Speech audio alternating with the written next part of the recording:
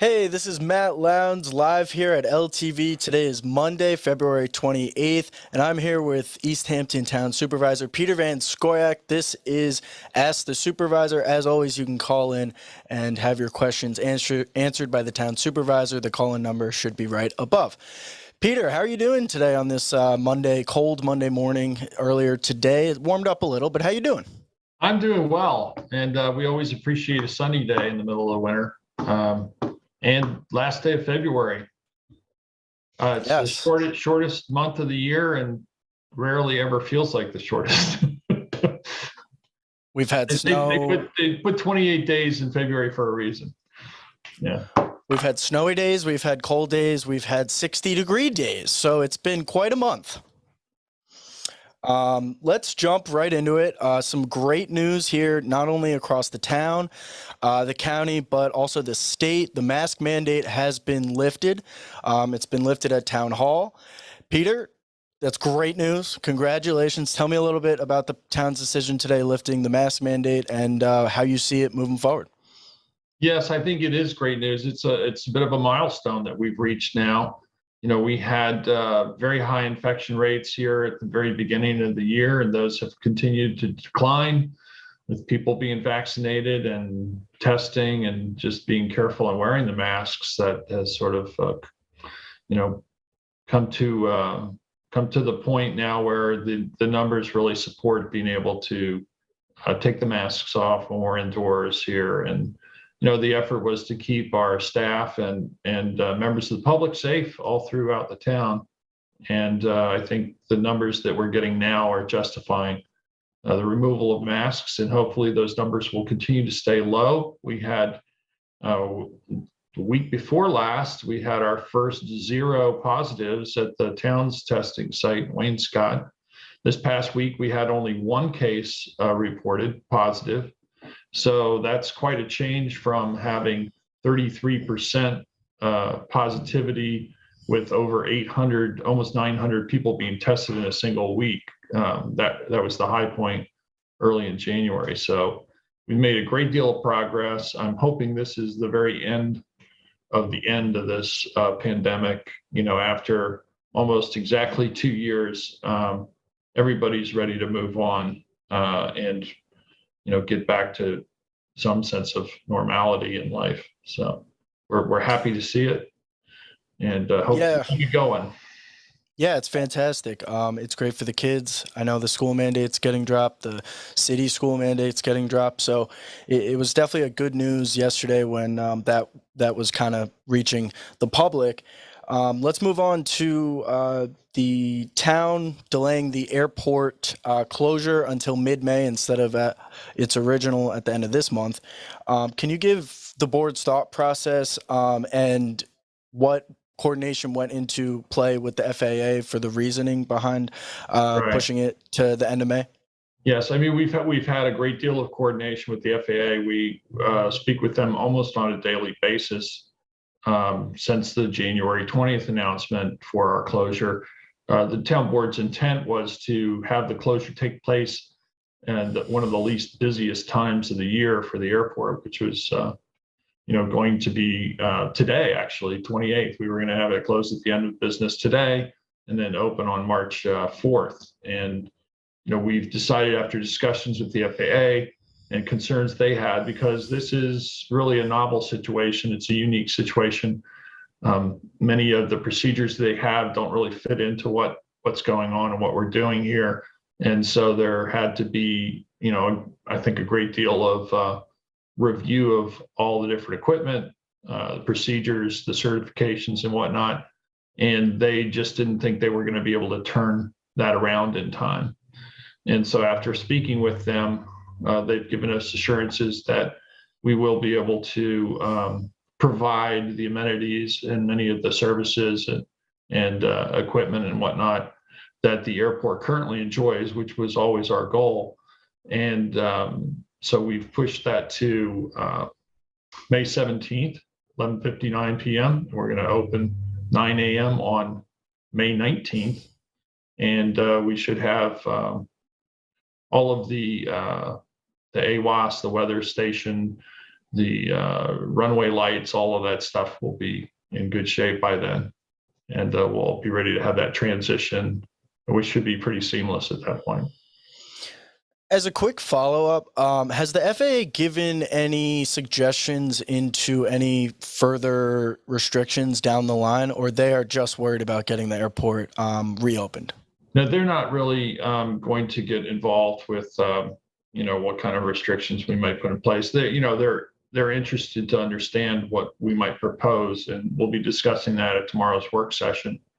We'll have a preliminary discussion about the prior permission required regulations, and that will be a public discussion. I will be taking comments from the public after the town board discusses that, in addition to our regular public comment, because this is a process that we're going through with the public. We will be taking comments on the draft scope for SECRA, which will also be discussed and explained tomorrow in the work session through March 18th. And that's something that again, we want to have the public involved in as far as the scoping, the draft scoping, to consider the different restrictions that might go into place and how they might affect things. Again, this is for the purpose of determining what potential impacts might be under the State Environmental Quality Review Act. This is a process that we've engaged in permissible segmentation of this process. And we'll also be discussing rescinding and making a new negative declaration for the actual closure, which won't in itself change anything really in terms of impacts, we don't believe. So we'll be talking about that tomorrow as well. Okay. And moving on, just one last air-related topic. Apparently out in East Hampton and throughout our local area, the app Nextdoor has gotten very popular. And it's been brought to my attention that there's been a new,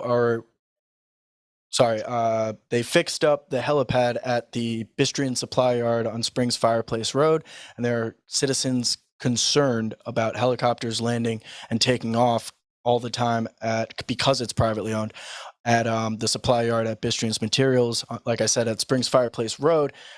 Your chief of staff said the town is looking into the issue. That's Joan Pilgrim. Do you have any comment about this? Just because there's been a lot of public talk about it on social media apps. Yeah, and I think the original posting was, a pro-aviation person who was concerned and trying to create, concern in the community about closure restrictions at East Hampton Airport. We're trying to verify some of those claims, and again, social media is not always the most accurate way to get your information, but we are looking into the claims that have been made. I have a hard time imagining helicopters landing in a sand pit just for the amount of dust and whatnot that would be stirred up. And there is no commercial use there now for a helipad. So I don't think that's something that, the community should be concerned about at this time, but we're certainly going to take a look at it. Cool. Thank you. Moving on to a bit of a lighter topic, sort of. The Springs General Store, there's some controversy going on there right now. The owner of the store would like to discontinue renting and launching kayaks behind him in the natural waters. And he would like to sell organic wine out of his converted storage shed instead. Obviously, there are a plethora of issues going on here, including zoning and the fact that people need a place to launch kayaks.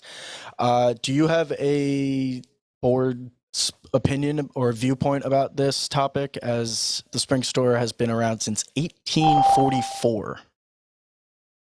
Yeah, I don't know how long the kayaks have been there, to be honest with you, but it's been probably at least the last 20 or 30 years.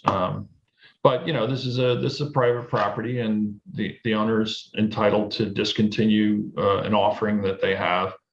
If they want to sell alcohol in the way that they've described, they may there may be some discussions in zoning regarding that, especially, getting a state liquor authority license. We generally review all of those uh, and gave comments to the SLA as to the appropriateness of alcohol sales at any given location. So that's something they can apply for.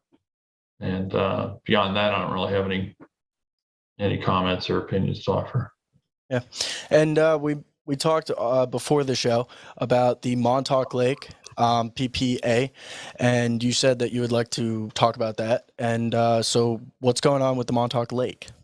So the inlet there is a federally maintained inlet, and it has a certain design spec, which really the harbor is kind of outgrown. It suffers from shoaling, which can cause serious safety concerns for fully laden fishing vessels to enter the harbor at certain tides under certain conditions. It can be a bit treacherous there. And what's happening is sand is getting entrained into the harbor there, and it's shoaling. So to redesign that navigational channel, the Army Corps of Engineers has been looking at that. There is a local share where the local government would enter into agreement with the Army Corps. I believe our contributing portion is about 10% of the overall cost and the design work. And we think it's really important to Montauk Harbor, which is New York State's largest houses the largest fishing fleet. And there's also an additional benefit of potentially 220,000 cubic yards of sand, which could be placed to the west of the jetty and create a beach there. The beach is rather ephemeral along that stretch west of the jetty, particularly being very exposed, and has a pretty high natural erosion rate, almost 2 feet per year. And so that would provide for additional depth and safety, as well as renourishing that beach. Sounds good. It sounds great, actually. Moving on, we have sort of talked about this on and off over the past few months. There is sort of a consistent update. The Truck Beach update: trustees approved a resolution appointing Daniel Spitzer and Hodgson Russ Law Firm to represent the residents of the town who wish to use the reservation in the 1882 deed. This also allows the trustees to join a countersuit filed by the town against the property owner associations. If you could just give us, I'm wondering, what's the intended goal of having Spitzer and Hodgson Russ Law Firm represent residents of the town? Well, again, this is a decision the trustees have made. They're a separate, entity and autonomous, and we do support their efforts in many ways. And one of the core issues surrounding the use of this beach in this location is that when the property was sold by the trustees originally to Arthur Benson, it held certain reservations for use by the public, which essentially form a public easement, so that any person who wishes to fish in that section should be allowed to do so. And that goes back to the Dongan Patent, the basic rights that were listed within that, to be able to fish and hunt without let in perpetuity. And that basically has been what the trustees have held to in terms of managing our harbors and waterways and natural resources within their jurisdiction for hundreds of years. And I think it's a continuation of that effort, their stewardship, that they have taken this stance, and on behalf of all the freeholders and commonality of the town, and support that effort. Awesome. Yeah, it's been a long battle over the last few years between residents, the town, and the property owners right there, and it will continue moving forward, as there are currently There's a process right now in which the harbor master just had to testify last week. So it's still an ongoing process. Thank you for your input with that. Tomorrow at your agenda meeting, it is the revised 2020 draft capital plan. Can you just explain what that is and what you'll be doing tomorrow at the meeting? Sure. We do a 3-year capital plan where we look at various projects, infrastructure, and needs of the municipality, and basically figure out, how much money we would borrow to be able to cover those capital improvements and costs, and whether or not we want to borrow or use surplus or some other funds that might be available. So it's a discussion of all of those projects, ranging from the new senior center to ball fields at Stephen Hintz Path, to new vehicles wherever they're needed, highway department, repaving roadways, et cetera. So it's a pretty comprehensive list. And, every year we look at it and we make that plan known, and have discussions about how to allocate funds and where to borrow funds. And that's it in a nutshell. We have, strive to reduce our overall indebtedness every year. It looks like we may still be able to do that this year, even with careful planning. So we're retiring debt at a higher rate than we're actually borrowing, which is good. That's continued to bring down our total indebtedness. It's one of the factors that has led to our being able to have a AAA bond rating for, the last 5 years. I think it's been every year that I've been supervisor, and Larry Cantwell and his term as well. So that means that we get to borrow money at a much lower rate, which keeps down debt service and keeps taxes as low as we can. Awesome. Thank you so much. And we actually have a question from Jason over in the control room. Jason, take it away.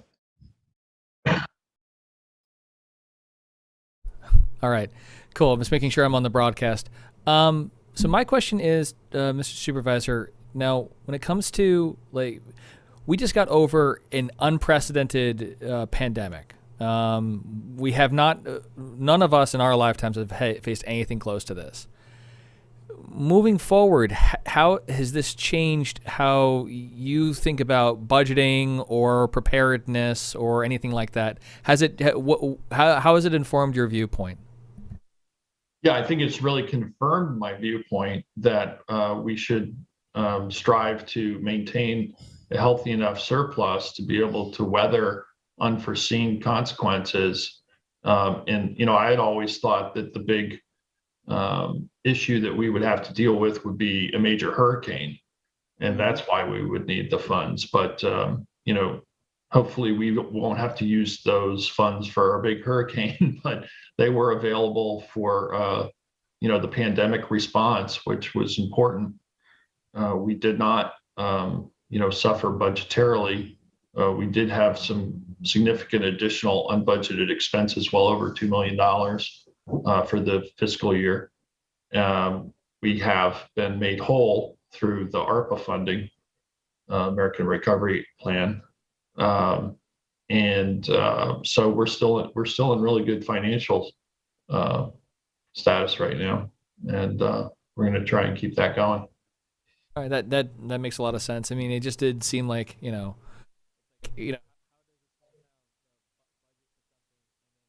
I think one of the other things that the pandemic really kind of reinforced was that when you're faced with a crisis, that coming together as a community really is the best way to be able to deal with that. And we certainly saw that with the pandemic, whether it was the people volunteering at our vaccination center, people volunteering and contributing to food pantries.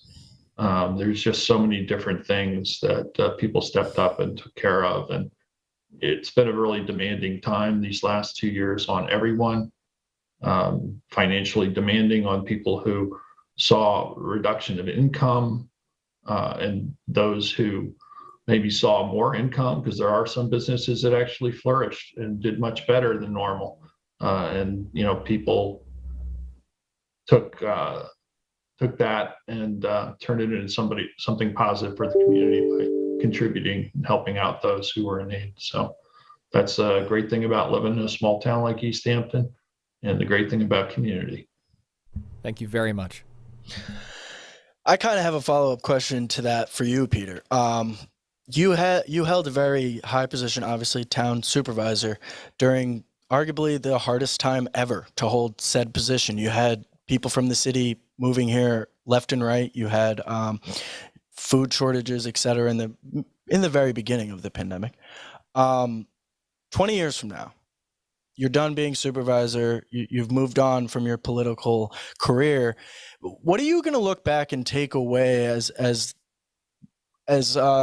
your biggest takeaway from working as a leader of a town during a global pandemic? What do you think you got most out of it? I think in terms of most rewarding, I think it was the way people responded.